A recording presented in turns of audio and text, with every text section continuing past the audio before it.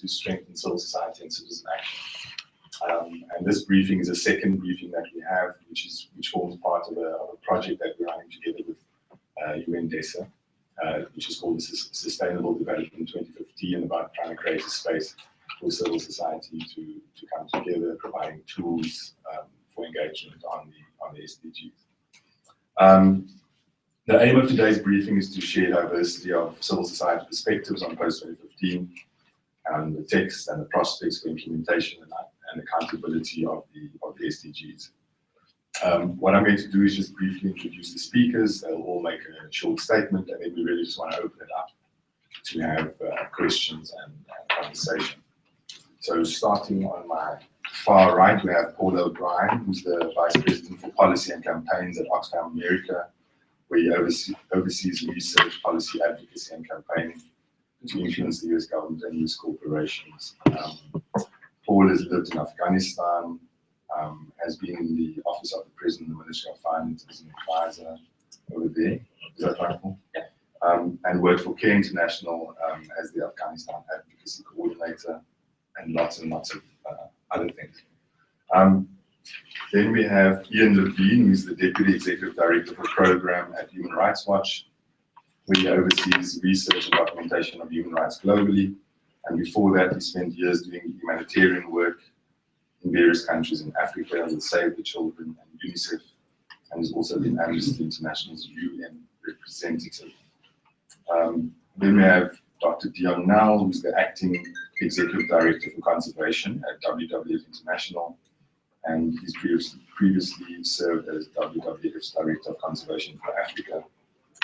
He's from South Africa, where he's also worked on many issues around ecosystems, water, etc.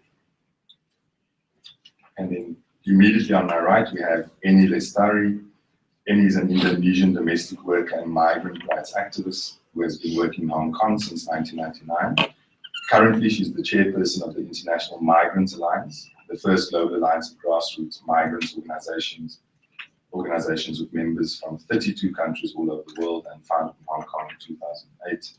She's also the principal convener and initiator of the International Assembly of Migrants and Refugees, and a few other things that we can share with you if you need. So what I'm going to ask is for Paul, if you can start and make a short statement. Okay. Thanks. Is this on? So thanks. Thank you for the intro, and thanks for being here. Oxfam's take: we are cautiously optimistic about what's about to happen. Three things are happening in these SDGs that we'd like to see policymakers focus on, and we think they reflect. First, they make a commitment to finish the job on the MDGs, and they're much less incremental than the MDGs were. There's no more, are we going to have this target? The aim is to eradicate extreme poverty, and that's the aim we should have. We are well capable of doing it. There's enough money. There's no reason why 1 in 2 people in Africa lives in extreme poverty still. There's no reason why, as that continent is growing faster than any other in the main at over 5%, more people are going into extreme poverty. So the first thing is finish the job on the MDGs, and you'll see a lot of the SDGs reflect that. Second, there are goals in there that reflect the legitimate aspirations of developing country governments. They insisted that there were goals on infrastructure, on energy, on economic growth. They negotiated them, it was done in a transparent way, and now many developing countries feel that these SDGs are more representative of what their economic development agenda is. That completely changes the conversation when it comes time to implement them, because it's no longer about, okay, we've written your goals, now it's time for you to engage with us. This is a different conversation with a different kind of money. And that takes me to the third thing I like about these goals, or Oxfam sees in these goals, and that is that we are finally addressing cross-cutting structural challenges like inequality and climate change. I'm happy to speak longer about inequality later on, but the heart of our issue, and I spent some time at the financing conference in Addis Ababa in July. I'm happy to talk about that if you're interested in making the link between the two. The reality is our global economy is under-regulated or badly regulated and as a consequence of that, the resources that should be there to meet these SDGs, because it's out there, are not going to be allocated unless we fix those regulatory challenges. This is about boring issues like taxation, but they couldn't be more important at this time. That's where the big money is. Developing country governments want to spend more of their domestic resources on sustainable development, but they're only going to do it when international corporations are required to leave behind the tax revenues where the economic activity occurs in their countries. If $100 billion a year is being taken out of those countries, it's very hard for the global development community to turn around and call on those countries to meet the SDGs.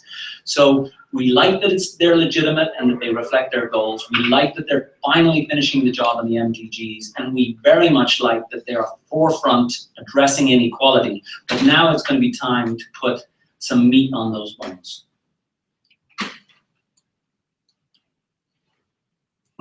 Thanks, Ian. Thanks, Paul. Thanks all for being here. I know it's a really busy week, so I appreciate the interest. I'm really happy to be here alongside other civil society groups. I think I'm happy to endorse Paul's comment about cautious optimism. I was going to say cautiously hopeful, but I think we're pretty much on the same page. Lots to be excited about, enthused about with the Sustainable Development Goals. At the same time, there's a recognition that we are meeting at a time when success is not assured. You will all open your newspapers every day and go online every day and see the extraordinary images from Europe, the refugee crisis, the conflicts and repression in Syria and Iraq and Somalia and Afghanistan that are driving these almost unprecedented refugee flows. And I think they are an incredibly important reminder that these Sustainable Development Goals are being adopted this week at a time of deep inequalities, as Paul said, compounding threats of violence, and climate change, environmental degradation, which are creating enormous challenges for all, for governments, for international institutions, with the poorest and most marginalized bearing the brunt of these challenges. Well, we at Human Rights Watch and other organizations that have made part of the Human Rights Caucus, which has been working over the last couple of years around the SDGs in an effort to ensure the strongest possible commitment to human rights language and human rights standards, what we see is that where there is a lack of focus in economic and development programs on human rights, that these programs, rather than benefit the poorest, often reinforce and exacerbate exclusion, discrimination, and inequality. And too often the poorest and most marginalized, women, those with disabilities, ethnic and religious minorities, LGBT people, people on the move, migrants, asylum seekers, refugees, and those who physically or politically are furthest from centers of power and influence are especially likely to be denied the benefits of economic progress, and in the worst cases may well be harmed by development projects that are supposed to benefit them. And we have documented in several countries around the world ways in which the most marginalized are harmed and not just failing to benefit. The Human Rights Caucus of NGOs which work around the SGOs has therefore pushed really hard for strong human rights language and commitments, both because we see it as essential to address discrimination, and discrimination so often is a hugely important cause of growing inequalities, which we have seen throughout the course of the Millennium Development Goals, but also because it is absolutely clear that without respect for fundamental freedoms, for freedom to participate, freedom to express viewpoints, freedom to access information, and the ability to hold governments accountable, including through the existence of a free press, it is extremely unlikely that we're going to see the kind of good governance and respect for the rule of law that are essential for participatory and accountability of development processes. We've also pushed very hard for access to justice, because it's only when you have an independent an impartial judicial system that people have the ability to claim their entitlements from their governments. Going forward, I just want to say a couple of words on implementation and accountability. We have goals that are imperfect, as Paul said, but there is a lot of important information here. And I just want to flag a couple of, I think, essential elements for a monitoring and accountability process going forward that will ensure the most effective implementation and the most effective accountability to the poorest. We need to do a much better job than we've done over the last 15 years in collecting disaggregated data. By that I mean not just overall data at national level that mortality rates are going down, that more kids are in school, that fewer women are dying in childbirth. It's incredibly important that we have that information. But we need to break that information down by gender, by to ensure that the well-being of those with disabilities is measured. We need to look at the gap between the urban and the rural poor, different ethnic groups, some of which may face massive discrimination within their countries, so that we can really track, when I say we, all of us, governments, international institutions, and civil society institutions alike, so that we can track the impact of these development initiatives and programs and projects on the poorest and most disadvantaged. And absolutely critically, in the same way that we saw a lot of civil society participation in the drafting process of these goals, it's vital that there be civil society participation in the monitoring and accountability. And I just want to end with one word of caution. Just a couple of days ago, the Special Rapporteur on Human Rights Defenders released his report that goes to the UN General Assembly next month. And he said in that report that those human rights activists who are working on issues of corporate accountability, land, environmental, and indigenous rights are some of the human rights defenders in greatest danger and subject to the greatest repression, because the issues they raise are often most threatening to vested interests. So if we're to have effective civil society participation at national, regional, and international level, we have to do a much more robust job of protecting those human rights defenders and work on these issues.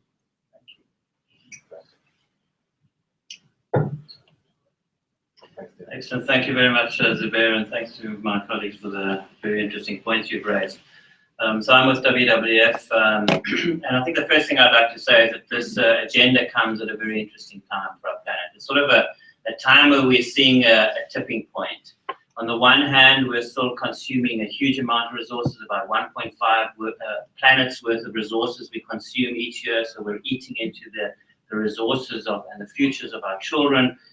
60% of the vital life support systems, ecosystems that are supporting life on this earth are in decline. So there's huge amounts of impacts. This year was the warmest year. It's likely to be the warmest year on record. So many reasons to be quite negative about where we are. On the other hand, we're seeing very, very positive signs. So we're seeing a structural change in the energy economy, with the prices of solar energy plummeting. We're seeing a coal industry that's showing signs of structural decline. Huge changes happening. We're seeing a complete change in civil society. In this city, we saw 400,000 people march around climate change. We're seeing a Pope taking climate change environment as one of the most important things he's talking about. So there's this tipping point of, on one hand, things looking quite negative, on the other hand, there's signs of this change. So we think this agenda comes at a very important time, because we think this agenda can help focus us as society globally in terms of making that step into the new future and new trajectory. And it's for this reason that WWF has put a lot of time and effort into this agenda. We think it's an important agenda. We think that this literally is a grassroots business plan for transforming the planet. There's a lot to be done on it. It is not perfect, but it certainly is a start of transforming the world in terms of how we want to, and a lot of good stuff in there.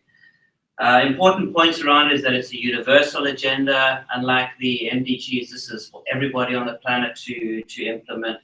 It's an integrated agenda, and as WWF, this was important for us, that this was an agenda that integrated environment and development. So we've spent a lot of time on this, not only looking at the environmental goals, but ensuring that environment was reflected in many of the other goals. This was not just a siloed approach as the MDGs was, but a more inclusive and integrated approach.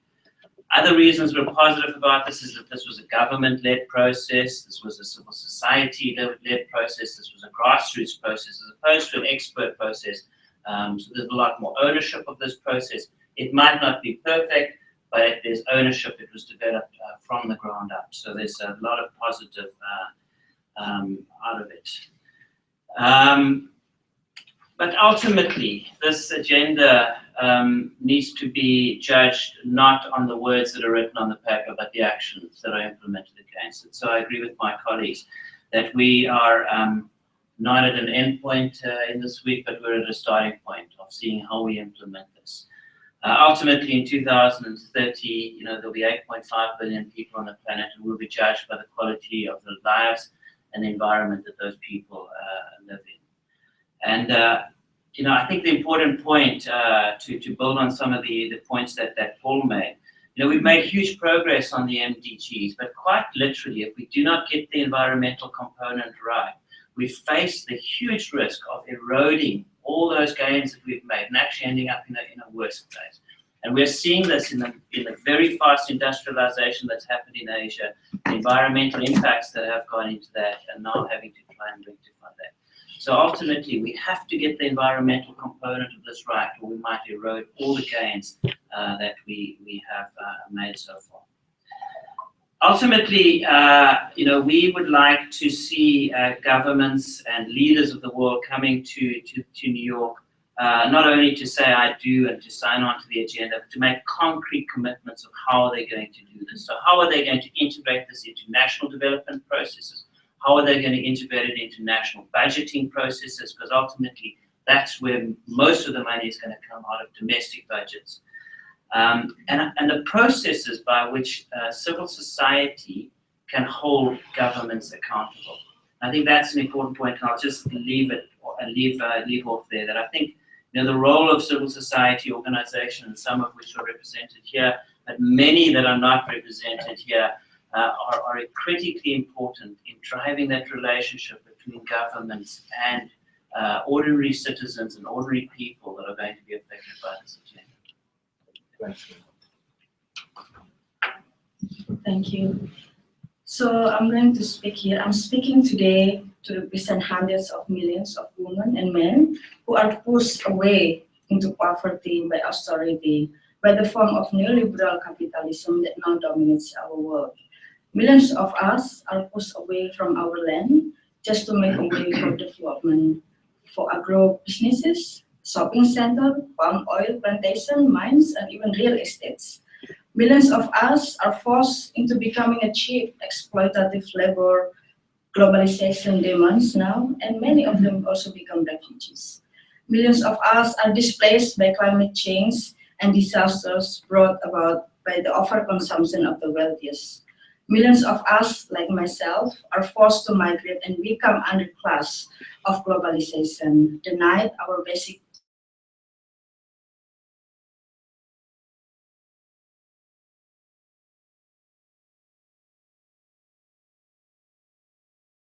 financial crisis in 1997.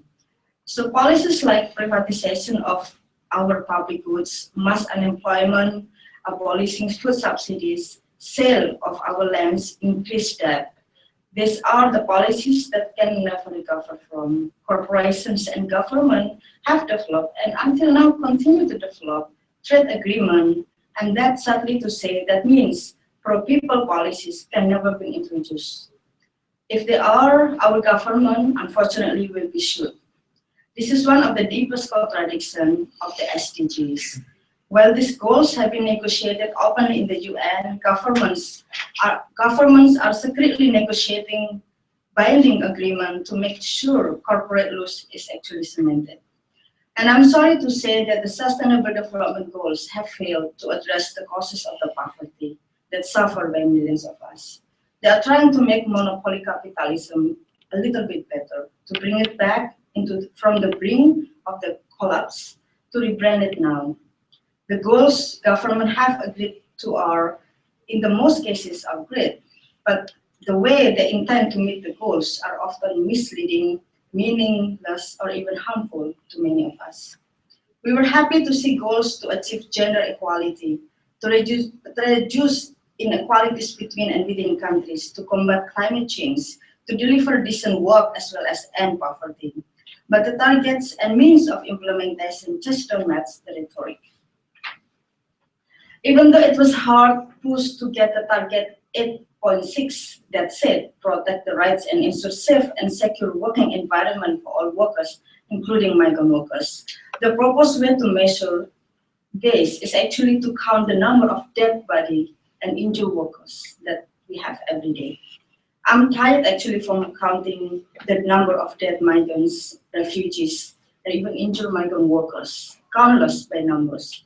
Instead, we should actually commit ourselves to universal living wage for all and measuring the numbers of workers in independent trade union and ability to take collective action, the number who are able to receive full benefit, and the ability of workers to get remedies.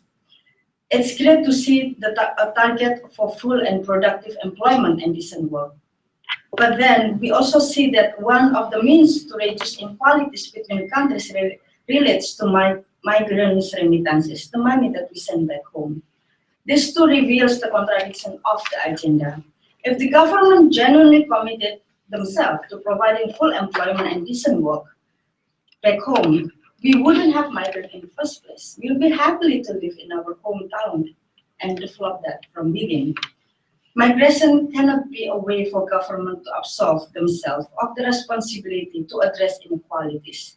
Migration rarely provides decent work and countries don't develop anywhere in the progress when they depend on the remittances of migrants. It is simply a way to exploit labor and drive down global wages. The gender equalities goal includes some important targets, including sexual and reproductive health and rights, but it provides no funding commitment, and the indicators don't look likely to compel government to make real changes. The proposal to measure the target to recognize and value unpaid care work, for example, is to measure how long it takes to collect water. If there was a real commitment from government to invest in care work and to recognize both the unpaid and paid care work women do as work, we could see a shift in condition for domestic workers as well as measure to redistribute care work to reduce the burden on the side of the woman. Obviously, one of the biggest drivers of migration, of war and refugee flows is now and will be climate change and resource growth. It is horrifying to see government ignore the devastation their economic model is causing. The changes we need to economic models that benefit the poorest and the changes we need to stop devastating climate change are the same. And this is actually to end to the corporate neoliberal economies with rampant consumption and production to suit the tiny few. Perhaps the biggest promise of the SDGs is to eradicate poverty. But there is nothing in the agenda that commit government to change the system that produces the poverty, protected the neoliberal capitalism continue to be protected. They are relying on growth. If we rely on growth to eradicate poverty to the $0.5 a day, still very low amount. You see the inflation has been going so bad. We would have increased consumption by 175 times, a level of consumption that guarantees our extinction. This is because the profit and income from growth don't go to the poorest, they go to the obscenely rich. Government have not committed to funding SDGs and is pointing to the private sector. Asking corporations to fund poverty reduction is like the funding Philip Morris to run health system. They can never treat the cause of poverty. They just there for profit. They will never address really the root causes. The real opportunity for reform, creating universal tax body, creating a minimum tax floor, criminalizing tax havens, creating a global minimum wage, cutting military spending, ending land grabs have all been missed. However, despite the limitation, women, major group, and other civil society will be doing our best to use these goals to achieve the change that we need to see. In the Asia-Pacific region, we will use them as accountability mechanism. While the follow-up and review process is voluntary and inadequate, we will measure progress against the goals in a way we believe truly honor both this obligation and those promised to us for decades. We will continue to demand development justice, where wealth, resources, power, and opportunity are truly distributed between countries, between rich and poor, and between men and women. Unfortunately enough that we don't hear the voices of the grassroots in the General Assembly, but we in the civil society are creating our own General Assembly. We are actually inviting people from the ground to speak about the perspective of development, the development that we want for the poor people, for majority of us. So we would like to invite you to join us in the People General Assembly on the 27th of September at 5:30. There will be a flyer that you can get. So then you will see the real people from the grassroots, from peasants, from women, migrants, who are also have right to speak about development we want. Thank you. Thank you very much, Annie. Paul, was there something that you wanted to add? I wanted to add just a couple of quick things off Annie's comments. Were very helpful. To underline her point around the link between humanitarian crises and the SDGs. To be honest, the real debate around the SDGs is not whether they're right, because there's very little specifically that people disagree with in the 17 goals and all of the targets. It's whether they're going to be politically relevant and meaningful to change conduct, behavior, investment, and so on. And a lot of news asks the question, look at what's going on in the world now. Why do we need to stop and talk about these goals? We know that a lot of the migration that's happening in Europe and humanitarian crises everywhere is largely to do with a failure of political will and political actors simply not stepping up on the diplomatic front to deliver long-term political solutions, and instead thinking that wrongly thinking that conflict and more guns in the Middle East is going to solve the problem. It isn't.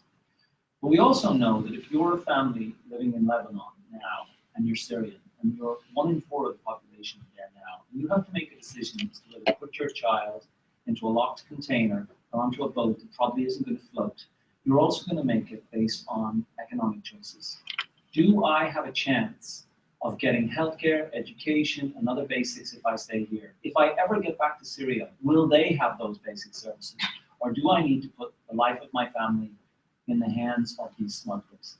And the SDGs, if nothing else, do straight target the underlying economic root causes of what is needed to help these communities make better choices.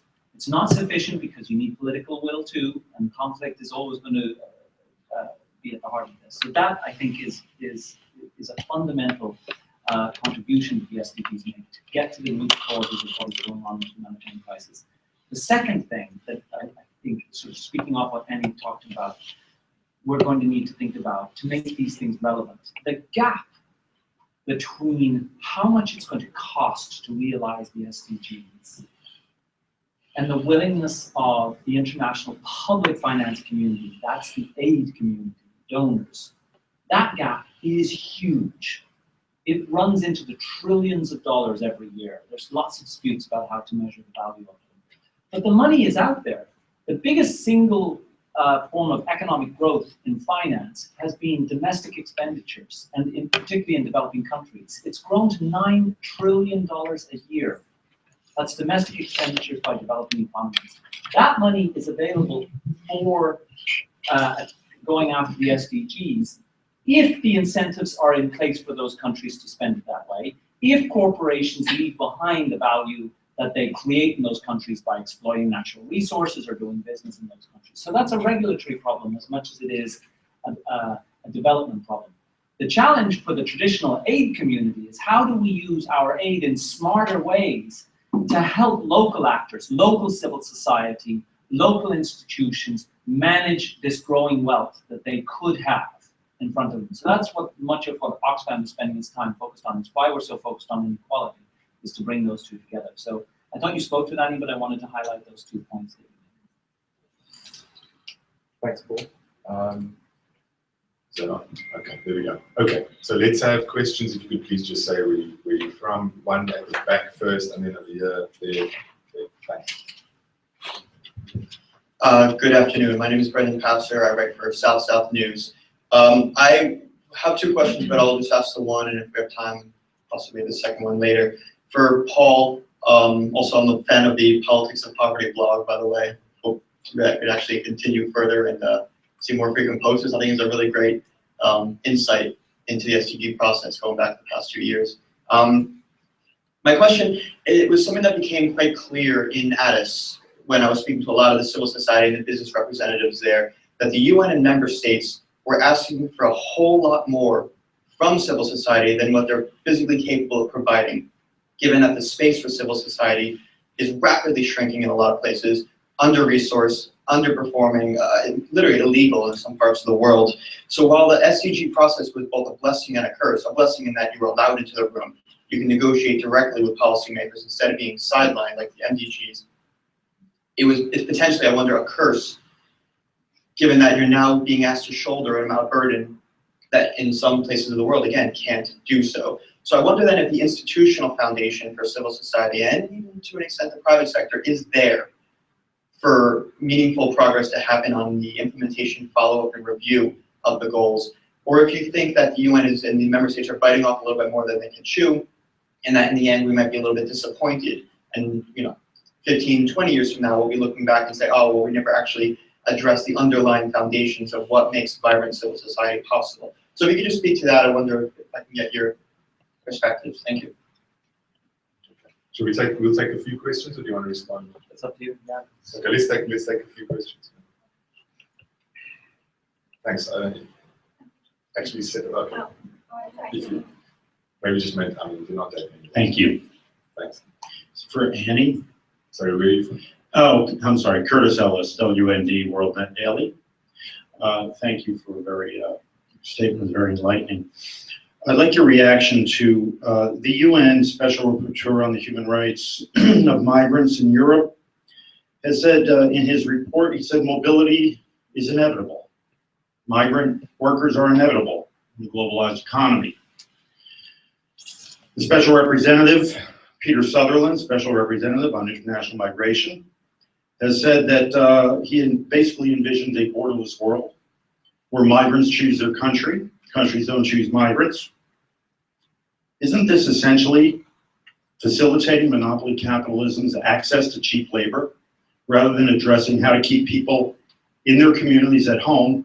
We have the United Nations basically rooting for a world where people move like the tides. Thanks. I think let's take those two questions so we can mix it up a little bit. And maybe Paul, if you want to go on the first one. Sure. Thanks for the question, Brendan. Fundamentally, I agree with your analysis that we have a big problem. And the problem, the way I would characterize it, is that the gravity of political and economic conversation and commitments that's going to be required to deliver on the SDGs is moving from a donor and northern delivered focus to a southern and more national financial economy focus. So it's not about aid anymore, it's about other flows. At the same time, the political space to negotiate that change in power is closing. So I agree with that analysis. The challenge I would put to the UN member states and to philanthropic institutions, unless you believe that these member states and the corporate actors involved in their environment are out of the goodness of their hearts going to invest in what may have very little political benefit for them in poverty reduction without being held accountable to do so, you must invest in civil society, and particularly in local civil society. For organizations like Oxfam, we are recognizing that if we don't evolve, we are going to be extinct in years to come, because we must be profoundly relevant to local civil society, which has the very difficult job which you laid out of holding its own national government accountable and holding corporate actors accountable in those environments, while the very space that they need to do that is closing around them. So what we need member states to do is, one, invest in local civil society. We would like to think we will stay relevant enough in supporting local civil society to be a good partner too, but in also fighting like hell to keep open the very political space that will hold them to account. And there's no guarantee that that space is going to remain in the years to come.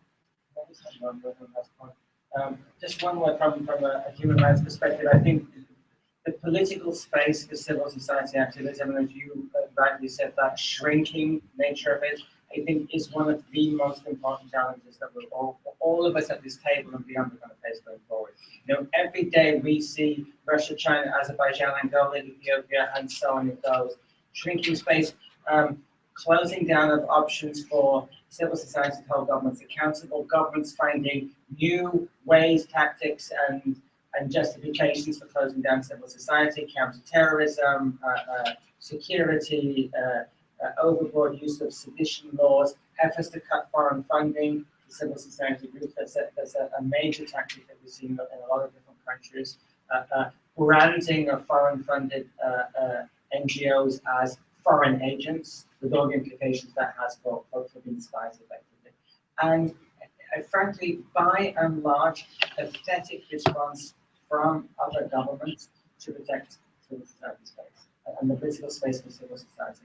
And I think that this is one of the ways in which those groups that are most focused on socio-economic development, those groups which are most focused on human rights, and then come together around something that really unites us and has to make us work together more effectively. Because we're not seeing governments display the kind of leadership that we need to just precisely leadership. Just before handing over to Annie, in 2014, Civicus tracked 96 threats to civic space, the freedoms of expression, association, and assembly in 96 countries. Thank you for the question. It's a very interesting statement, but not surprising.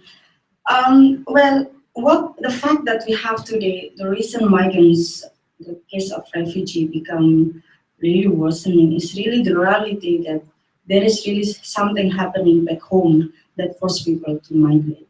I have to say that the type of migration we have is forced migration. It is not voluntary migration. When they say like people can choose country instead of country choose people, you are assuming that we are voluntarily leaving the country. No. I mean, like if you can settle down in your home yard, why you have to leave your home country in the first place? I don't want to be a nanny in the first place, but do I have a choice? That's the question. And do they want to be a refugee? It's also the question, but why they are forced to be a refugee? And beyond that, while we are actually on demand by the developed countries, we are actually not even treated as a human being here, right? We don't have civil rights, social rights, political rights, no way to even be a resident. Most of the countries are now actually abolishing rights to be citizenship in that many countries. Talking about Australia in some of the part of the world. So the key here is whether migration is a voluntary basis or forced one. If this is forced one, you don't talk about other things. There is no other things called equality or how to say welfare and stuff. Once you are desperate to migrate, all the process of the migration is all about avoiding vulnerability, but you're already vulnerable. For me to come to UN is not easy. If I go straight to New York because I get invited by the UN, of course they don't question. But when I stop somewhere else in US, like in Texas, where I did in April this year, I had to go to 3 spots. Everyone was asking, why you are nanny coming here to speak? And they don't even believe that this is a UN event. I showed them the letter and they don't believe it. I said like, what the hell, I got invited. I don't come here by myself. I don't have money to come here. But you can see all the discrimination is actually embedded within their eyes. When they see the face of migrants, oh, you must be what? If you are a refugee, oh, you must be criminal. You are stealing food here, and etc. All this discrimination is getting worse. And now it's getting worse. I feel very sad seeing that a lot of people now, compared to the past, are actually become refugees. In Asia, in the Middle East, you talk more about Europe. So it's no longer only about labor migration, it's now refugee migration. So, and people are being also displaced from their land simply because of natural disaster, which is caused by this monopoly who burn the forest, who just close the sea for their own development. And where are these people going? Either they migrate somewhere else within the territory or they have to leave the country legally, illegally, doesn't matter. It's no longer about document anymore, it's about survival. Even you stop the border, they are still living. Why? It's too poor to stay. You will die slowly. Of course, it's about survival. So I think this is the basic thing that I think the SDG must address. It's not only about language being beautifying, but it's also about the sense of where it goes. What do we want to see in 2030? Do we want, if you want to talk about migrants, for me, development is you don't see anyone living because of force one. That means develop our countries, let it grow, let our economy grow, and stop all this monopolizing our territory, economy, land grabbing, stop that. Surely we will grow. And you don't see many people leaving the country. If single life is living because they have no choice, it is not development we want. Thanks. Okay, thanks. I wonder if Can you tell us where you I'm so sorry, Kristen Salumi from Al Jazeera English. I wonder if Dion or any of you can comment on the Pope's presence for the SDG summit. How important do you think what he says will be to achieving these goals, and how important is what he said so far? So on. Thanks. Maybe Dion, you can answer that and we'll just say by the end. So, I think the Pope's involvement in this agenda has been hugely significant. I mean, not only in terms of what he has said, but how he has got other religious leaders to also start looking at these issues and raising the issue from being a purely scientific issue to one which is moral. So the idea of combating climate change becomes a moral issue as opposed to a purely scientific issue. And I say that with some caution, because the Pope's statements have been very carefully based on science. So it's not as if they're without science. They are very much grounded in science, but they make a moral argument. And I think this is, some of the things that we're hearing around this table about equity, about impacts of overconsumption and overproduction and pumping fossil fuel CO2 into the atmosphere, the impacts it has on poorer nations, places where people are struggling to grow food and where natural disasters are playing out, and the impacts that has then on migration. So this is, issues around equity, it's issues around moral and more than just a scientific issue, not just an issue around ecosystems or natural systems. Thanks, Dion. In the front. Thank you. Linda Rollins with Xinhua. I wanted to ask a question about funding. So at ADIS, we saw that there was a lack of action on the really big issue, which was tax cooperation. And my concern is that when we're talking about trillions of dollars, that it's not really clear how much of that money is actually going to be borrowed. Even ODA includes the loan component.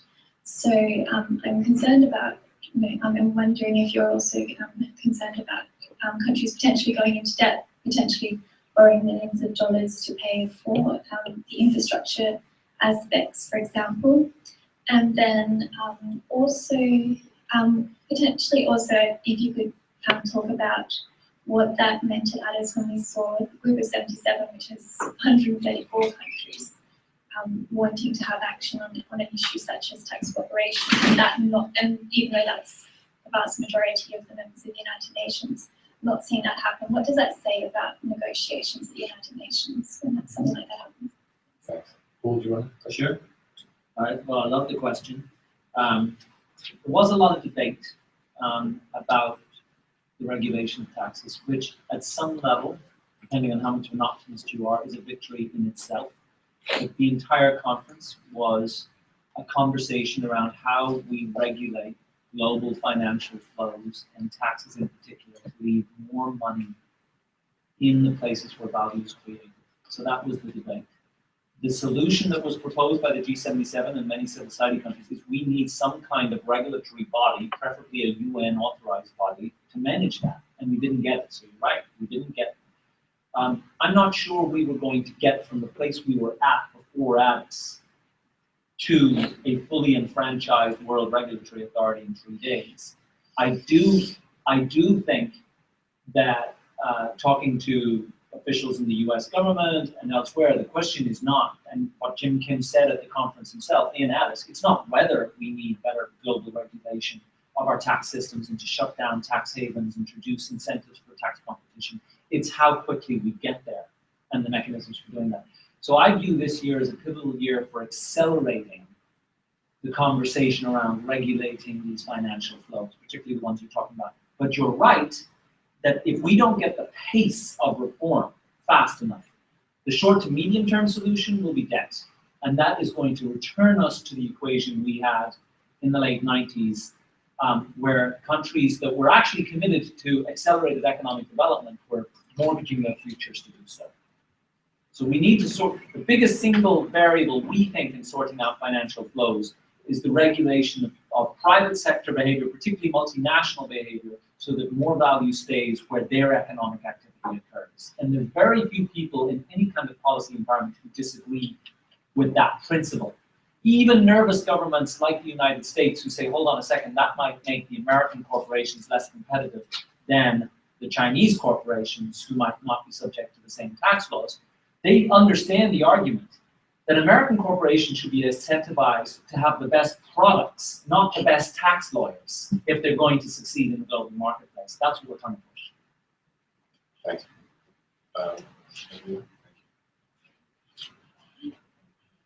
I'm Fabiola Ortiz. I'm a Brazilian journalist. I write for IPES, Interpress Service, and some Brazilian outlets as well. So I'm just, sorry, I apologize for being a little bit late to the briefing, but in our opinion, is civil society, like, really, is civil society being heard in this whole SDG process?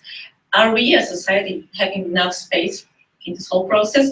And if you see, do you see any contradiction in this new set of goals? Like, if you could, in case you see any contradiction, could list some, just enumerate things.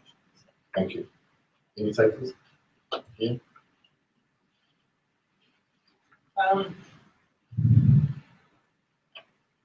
Good questions. So, I was, in the late 90s, I worked here at the UN as Amnesty International's UN rep, and I spent a lot of time thinking about the place of civil society, and then I was representing a major civil society organization against the power of governments who could choose whether or not to listen to me and frequently didn't. So I bring that perspective, and I'm perhaps more optimistic than some because I do see progress. I see progress in the ways in which civil society groups have participated in this SDG process. I lose count of the numbers. I read them. The number of consultations at regional level, national level, international level, the number of participants. Ultimately, we don't make the decisions, but I think we have had an opportunity at least to shape them to some extent. And now, for me, and I think for almost all civil society groups who are part of this process, whether we come from a human rights perspective or environmental or social economic development, whatever it may be, the critical challenge is what space and resources we will have to hold governments accountable and international institutions accountable. And that's why I make no apologies for constantly reinforcing the importance of the